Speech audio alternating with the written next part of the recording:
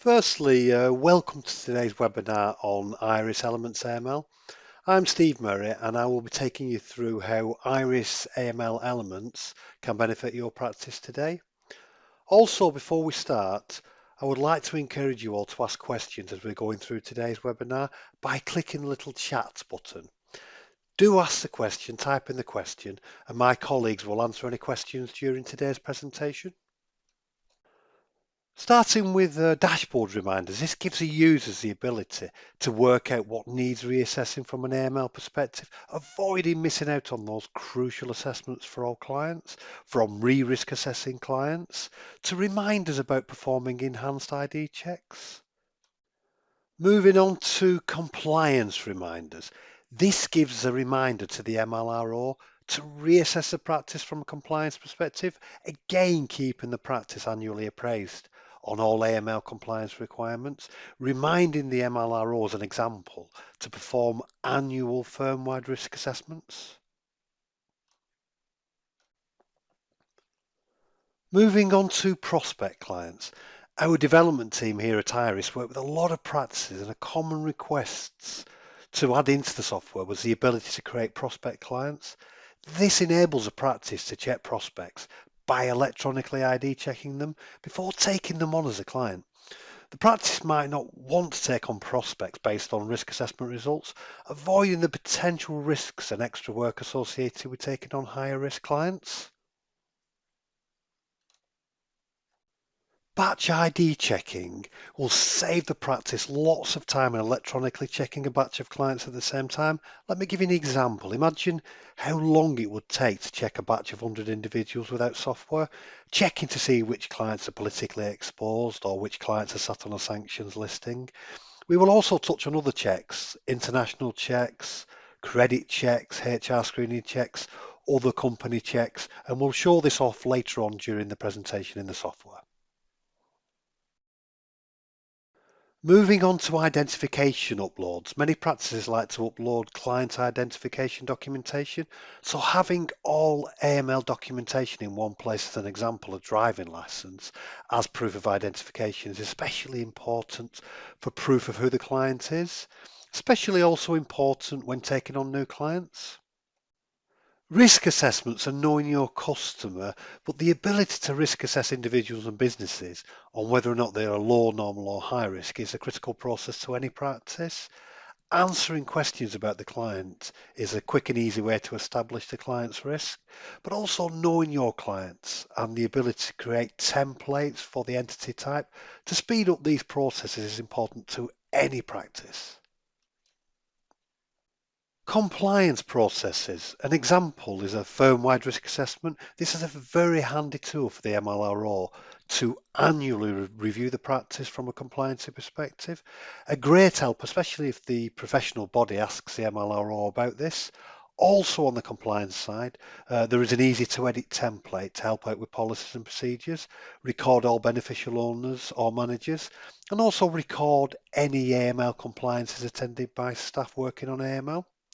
We also know that the professional body may ask for any or all of these processes when discussing what are you doing from an AML perspective on the compliance side.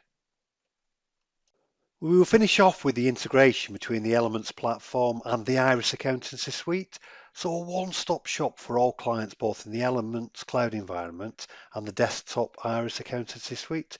We will also be touching on the ability to mark clients as inactive. So if we've moved over a ZZ client or X clients from the IRIS accountancy suite, what we can actually do is archive all of these clients, but also we can exclude clients from AML checks. And this is useful for clients that you want to see in the Elements platform, but you do not need to perform AML checks on them. In this next section, we will take you through a demonstration of the IRIS Elements AML package based upon the benefits discussed earlier. Welcome to Elements AML. This is the dashboard. So for electronic ID checks, you can see what's due in the next 7 days or the next year. Same with risk assessments coming up for reviews. You can see in this example what's due in the next 90 days. Within the dashboard, the MLRO can also review any suspicions, also review any clients that have recently been onboarded. Back to the electronic ID checks. If the user wants to do a batch of ID checks at once, the user can do that by clicking into this little View All button. That then takes them into a list of all clients to reassess, and then you can untick clients that you don't need to reassess. But how quick is that compared to doing it manually? Moving back into the dashboard, let's talk about prospecting. Now, prospecting a clients allows the practice to sort of check prospects electronically. So we have a look at this particular record here, Stephen Berry.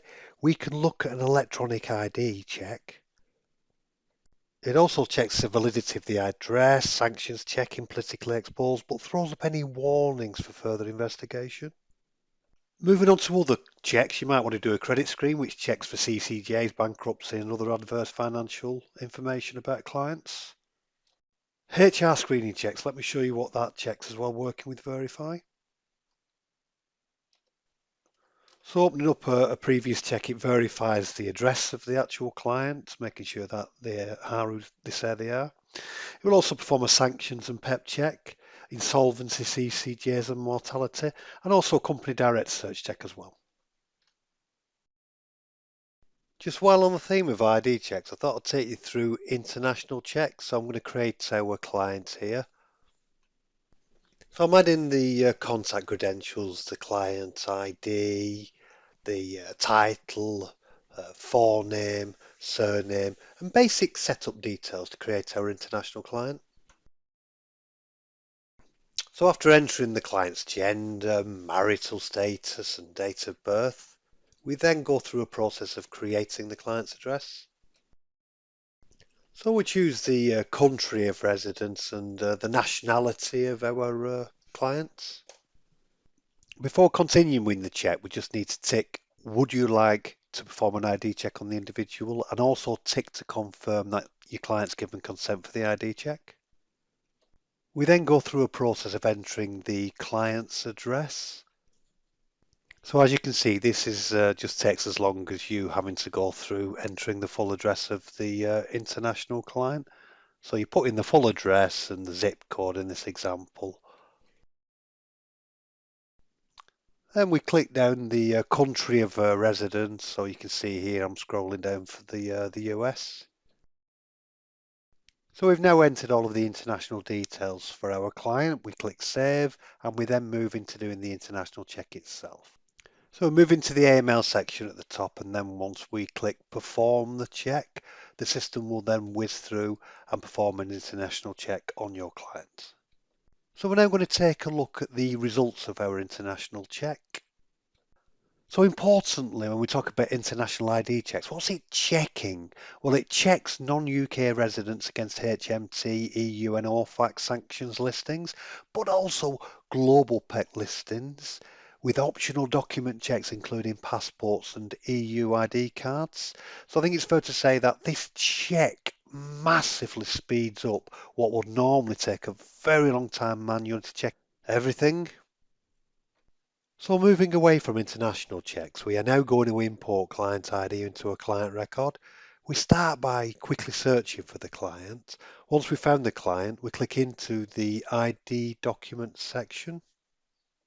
As you can see, we've already uploaded a driving license. Click the upload to attach, in this example, a utility bill. So we then double click into the document we want to attach and key in all the details about the document, as you can see I'm doing here on screen.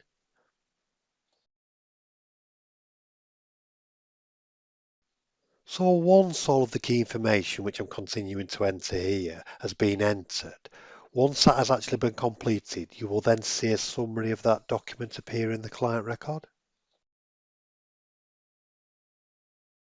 Moving into the AML piece, with particular reference to risk assessing clients and individuals in this example, we have worked with lots and lots of accountancy practices to formulate these questions.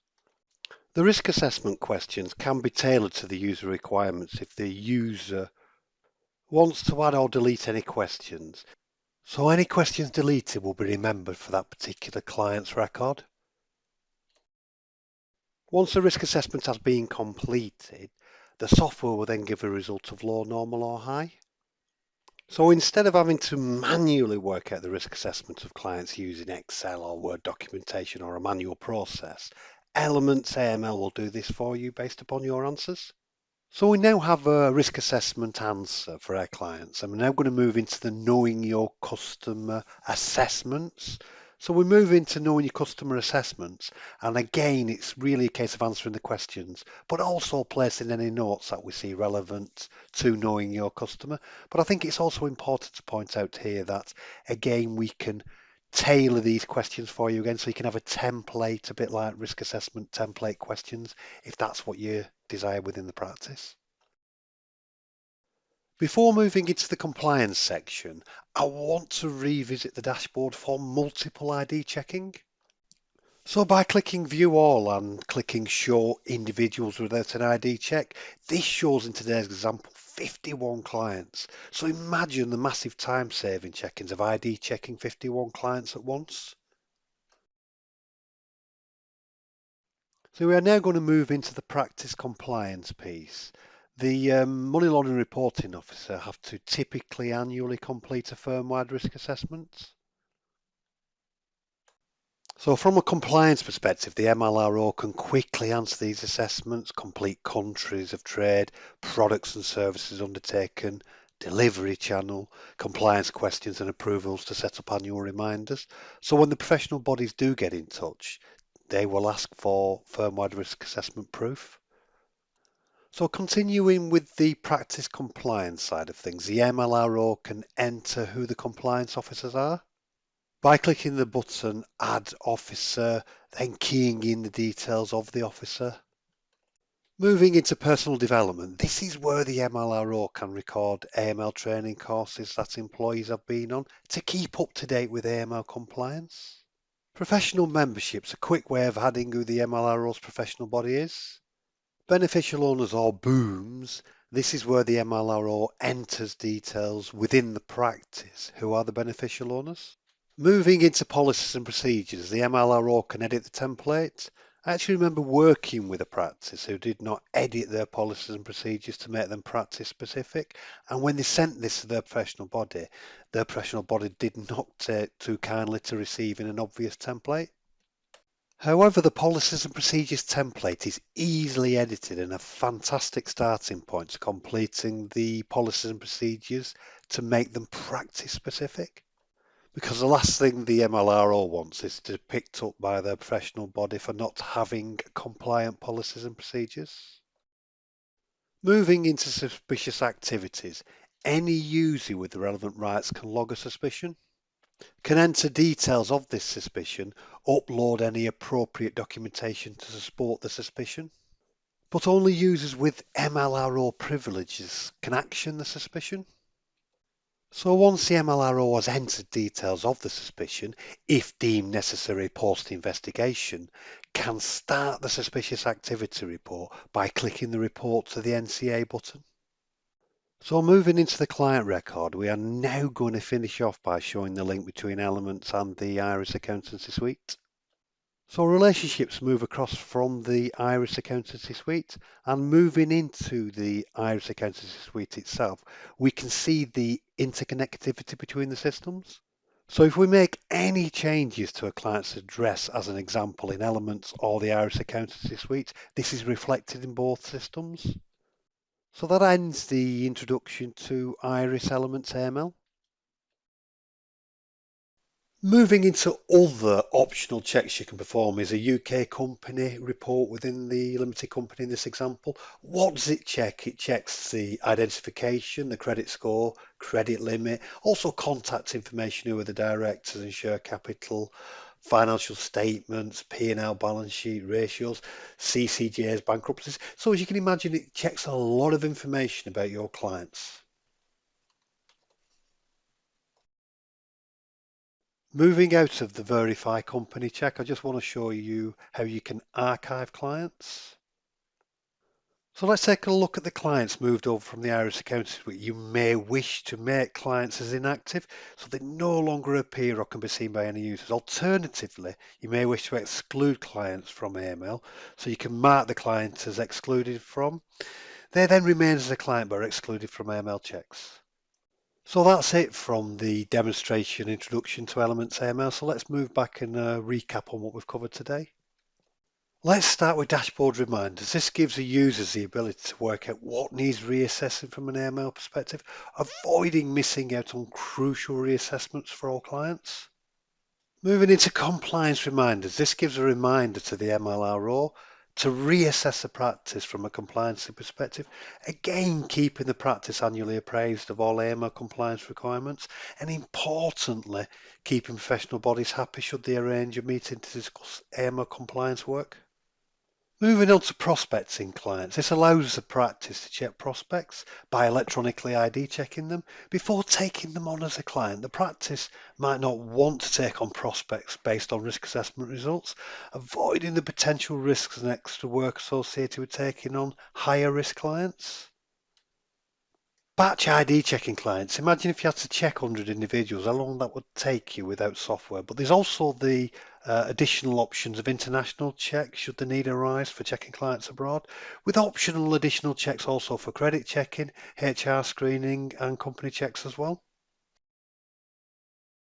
Moving on to sort of identification uploads. Many practices like to upload client documentation. So having all of the AML documentation in one place, using the example I used earlier, getting us a driving license, a proof of identification, that's especially important when taking on new clients. Risk assessing individuals and businesses on whether they are low, normal or high risk is critical to any practice. Also knowing your clients and the ability to create templates to speed up these processes is also important to practices. Compliance processes will be of particular importance to any MLRO, from firm-wide risk assessments annually to review the practice from a compliance perspective. Also on the other compliance side, there's the ability to edit a template to help out with the internal policies and procedures for AML, but also the ability to record who are the beneficial owners and also record any compliance courses attended by staff working on AML. Compliance is also a great help to any MLRO, especially if the professional body asks about compliance within the practice, avoiding the possibility of fines. Recapping on the integration between Elements platform and the IRIS Accountancy Suite, this is the future. So a one-stop shop for all clients, both in the Elements cloud environment and the desktop IRIS Accountancy Suite, so users can work in whatever environment suits them, the desktop or the cloud. Also, the ability to mark clients as inactive. So if we've moved over an ex-client, it is easy to make them inactive from Elements. You can also exclude clients from AML, and this is a particularly useful tool for clients that you do want to see in Elements, but do not want to do any AML checks. That concludes today's webinar, and for further information, please visit our website or contact your account manager in the office. And again, thank you for joining in today.